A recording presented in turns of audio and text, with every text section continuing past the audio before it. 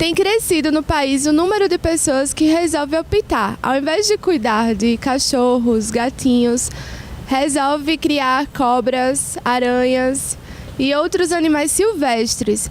Então a gente está aqui agora com o veterinário Isaac Albuquerque e ele vai conversar um pouco com a gente sobre essa nova tendência, né, doutor Isaac? Bom dia. É exatamente isso, né? A tendência ela acompanha os grandes centros, né? E a exemplo de São Paulo, Rio de Janeiro, Alagoas está crescendo muito a demanda pela criação de animais silvestres. Por N fatores, eu acho que o mais marcante de todos eles é a realidade hoje dos imóveis. Nós temos apartamentos aí muito pequenos, né, que não comportam um cão, não trariam para um cão ou para um gato a liberdade necessária para o bem-estar deles. Então o que tem sido feito é, frente à necessidade de se ter um animalzinho em casa, quer seja por opção do filho, por opção do casal, né, e às vezes até pela opção de não ter filhos, né, estão optando muito pela aquisição de animais silvestres, principalmente aves. E quais são assim os animais, quais são as aves que têm entrado geralmente nesses ambientes? Bom, como você falou inicialmente, não são só as aves, répteis e mamíferos. Dentre as aves, o carro-chefe tem sido o papagaio, né? Pela aquela facilidade de interação que essa ave tem com o ser humano, pela facilidade que ele tem de imitar a voz humana, então ele passa a ser um atrativo a mais para a aquisição dele, né? Dentre os mamíferos, os roedores estão à frente, como hamster, chinchilas, coelhos, porquinho da Índia, né? São pequenos animais que você tem a facilidade de mantê-los em seu ambiente. Por quê? Porque uma gaiola ampla seria o suficiente para ele, né? E dentre os répteis está agora a grande moda de se criar serpentes, né? Mas se você me permite, vale salientar que existem todos esses animais adquiridos de maneira legal e existem esses animais adquiridos de maneira ilegal, tá? Quando você adquire um animal de maneira ilegal, numa feira pública ou através de um conhecido, você não sabe a origem do animal, você não sabe a qualidade de saúde que esse animal está apresentando e você estará pondo em risco todos os seus familiares, porque animais silvestres, como outros animais de uma maneira geral, são potenciais transmissores de zoonoses, que são doenças que vêm do animal para o ser humano.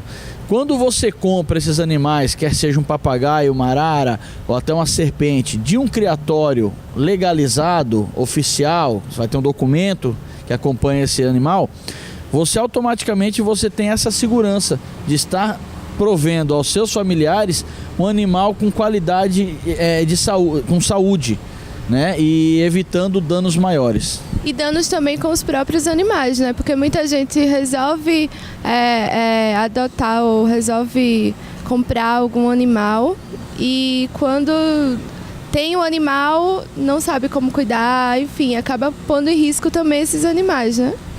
Exatamente. O animal que vem de origem ilícita, da feira, capturado na natureza, ele não vem com manual de instrução, né? E segue-se muito o que o vizinho faz com o dele. Um exemplo clássico disso é o papagaio. O papagaio hoje, onde você perguntar quem tem papagaio, ele come semente de girassol.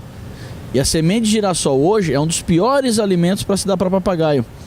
Ele pode, a médio prazo, comprometer funções hepáticas, né, relacionadas ao fígado e pode reduzir o tempo de vida desse animal por conta disso. Ou seja, a pessoa pode confinar um animal que estaria livre e acabar colocando em um estado de subnutrição ou situações desse tipo. Exato, exatamente. E essa palavra que você falou, confinamento, ela me remete a uma outra situação.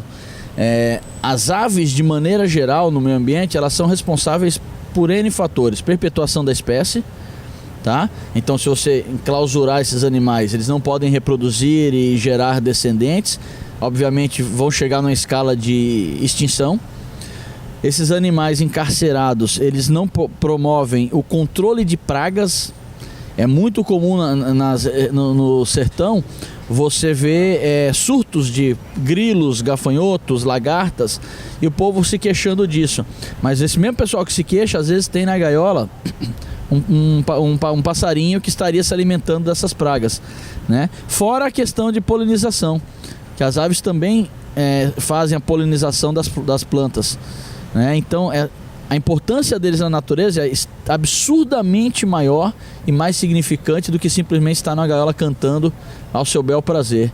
Eu costumo dizer assim: você gosta tanto de passarinho, você quer ter um passarinho e não tem como adquirir um animal de origem legal, plante árvores na sua casa, bote árvores frutíferas no seu quintal e eles naturalmente vão começar a frequentar esse ambiente, né? E frequentando esse ambiente, ele vai tornar um ambiente muito mais gostoso. O canto não é um canto melancólico, é um canto de alegria, né? Então a gente sempre orienta isso. O animal que vem de cativeiro, ele não tem essa necessidade. Por quê? Porque ele nasceu em um cativeiro, ele foi criado num cativeiro. Para ele, liberdade é um viveiro. Por pior assim que algumas pessoas possam entender, falam assim, não, mas é um cativeiro. Mas é a mesma coisa você pegar uma criança que nasceu em São Paulo e vive basicamente dentro do apartamento e não sai para parque, essas coisas, porque a mãe tem medo de violência. Entendeu? Para ele é normal, a criação dele é aquela, ele acha tudo normal. Existem casos de abandonos também de animais silvestres? Existe, tem um caso clássico na década de 90, aconteceu em São Paulo, o ferret, o furão.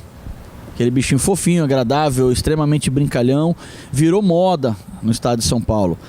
Só que não veio com manual de instrução. Então é um animal que dorme o dia inteiro e à noite é hiperativo. Ou seja, você chega cansado, ele não quer brincar porque ele está dormindo. Quando você vai dormir, ele quer brincar e não deixa você dormir.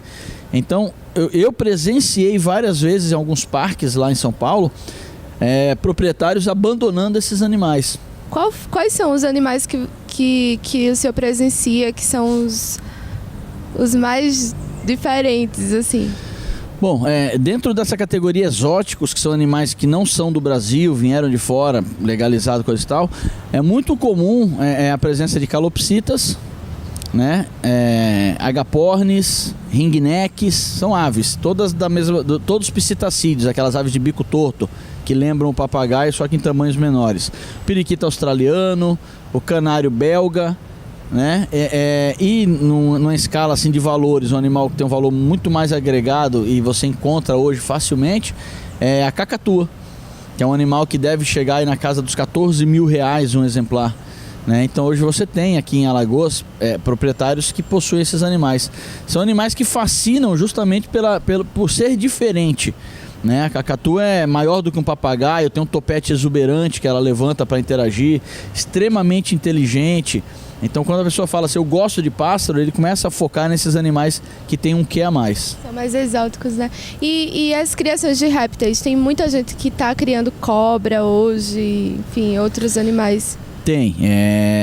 Existe a criação, e aí é uma criação ilícita, né? Que são animais que não têm autorização para ser criado, mas acontece no Brasil inteiro, não é coisa de Alagoas, né? Apesar de existirem criatórios que vendam esses animais legalizados, jiboia você compra legalizada, um jabuti, que é aquele tartaruguinha da terra, você compra legalizada, aquela tartaruguinha que é o cágado, que fica no aquário, você compra legalizada, mas como são poucas, a oferta é muito pouca, então o preço acompanha, né? O preço vai lá para cima.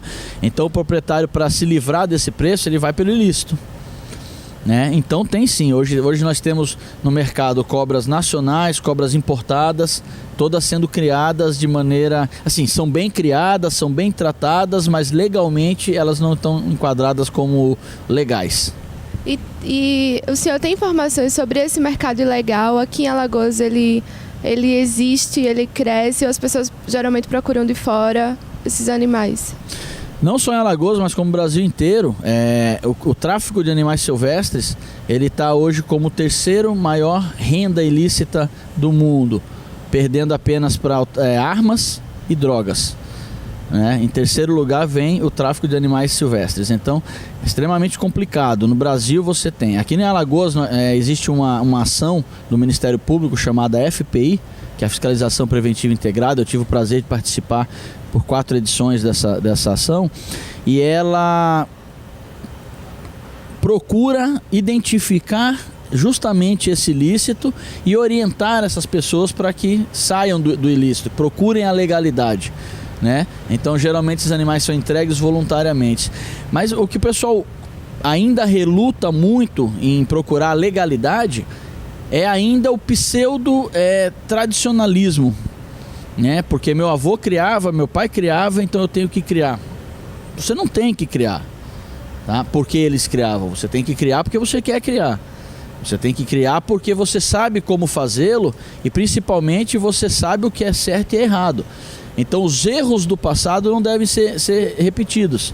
É o que a gente sempre bate nessa tecla. Inclusive o FPI levanta essa bandeira. Você quer criar passarinho? Pode criar.